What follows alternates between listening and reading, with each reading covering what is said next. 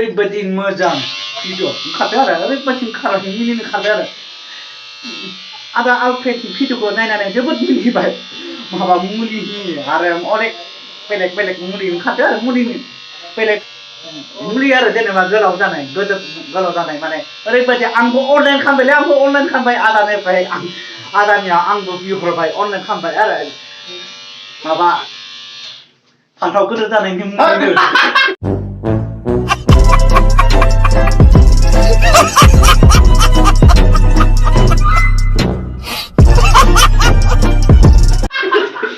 फान्थाव गोदो जानायनि मुलिनो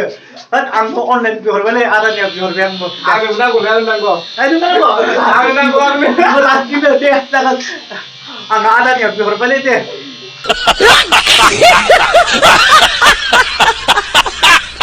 ओरैबायदि मोजां मुलिया ओरैबायदि गोदो जानायनिनो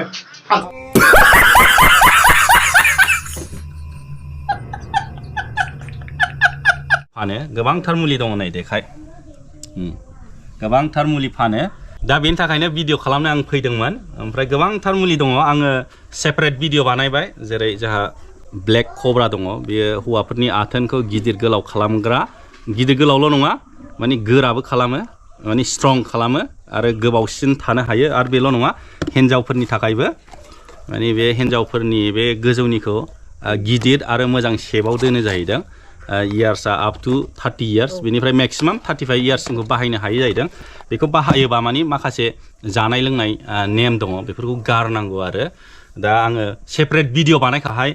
माने बै जौ निसा गारनायनि मुलि दङ आलसारनि दङ किडनि स्टननि दङ ओमफ्राय गोबांथार बायदि बायदि रोखोमनि मुलि दङ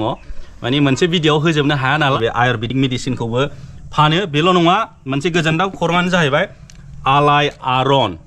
माने बाजैहा मोनसे गावनि अन ब्रेन्ड बियो आलाय आरन आयुर्वेदिक ब्रान्ड बर'फोरनि गेजेराव दिनैसिम आं खोनाफेराखैमोन